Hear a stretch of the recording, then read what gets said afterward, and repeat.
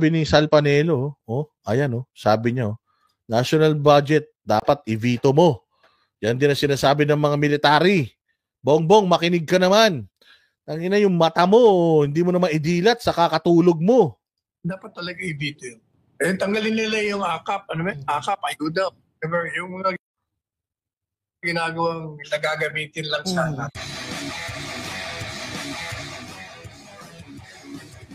Malaking sampal daw sa kapulisan ang pang-aabuso sa kapangyarihan ng Kamara. Kasunod ng sunod-sunod na pagpapakontempt sa ilang miyembro ng Philippine National Police. Sa ginawang investigasyon ng Quad Committee ng mababang kapulungan sa Kongreso, ayon kasi sa tagapagsalita ng PNP, wala raw silang magawa sa kapangyarihan at otoridad ng komite. Tanging magagawa na lamang ng polis. Ngayon ang pakiusapan ng komite na igalang naman ng kapulisan habang dumadalo ang mga ito sa sinasabing in aid of legislation na investigasyon.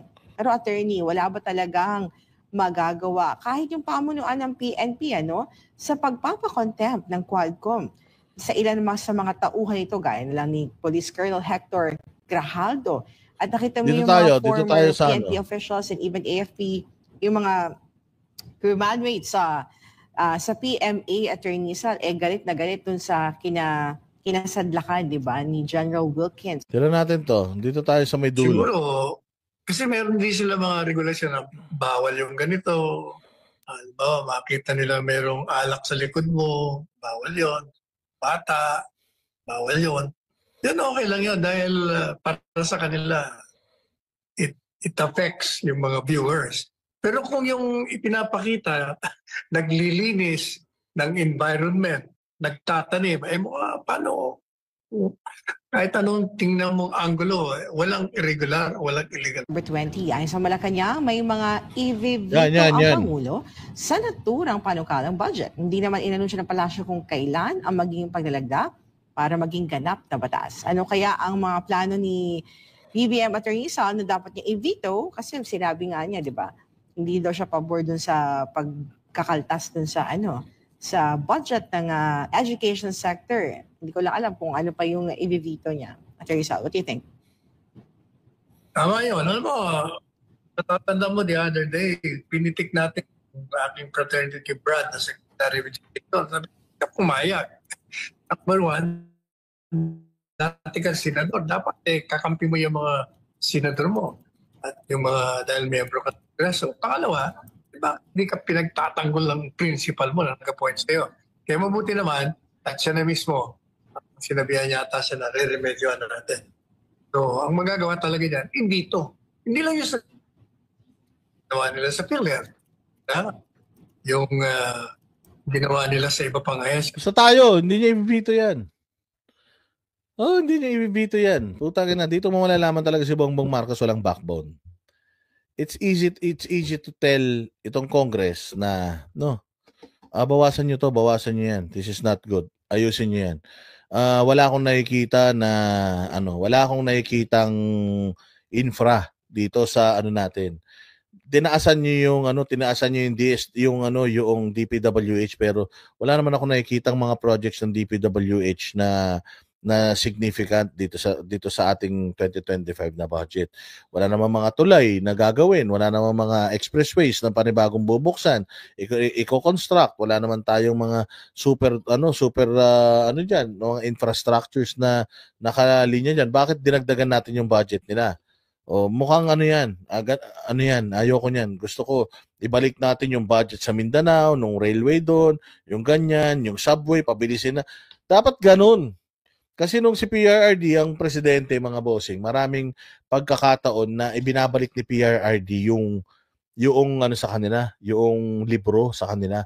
Ayusin nyo. Meron akong nakikita mga provisions na hindi ko gusto. Maraming ganun si PRD na ginawa dati.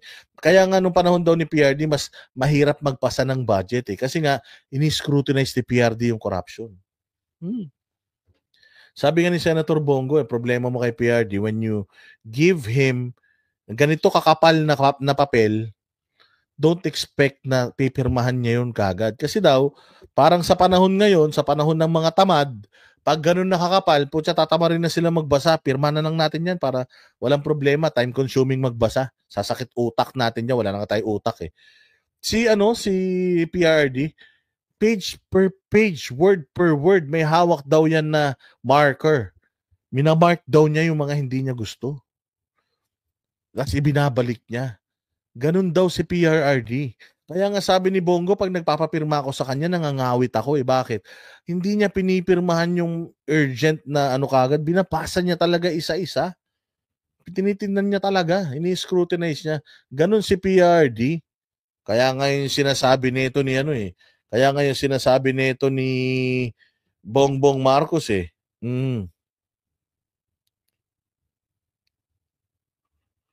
Oh, sige. Check ko 'to mamaya. Boss MJ Evangelista. Sige, ituloy natin yung balita. Tinanggalan nila. Tapos inilalagay sa iba. Dapat talaga i-veto yun.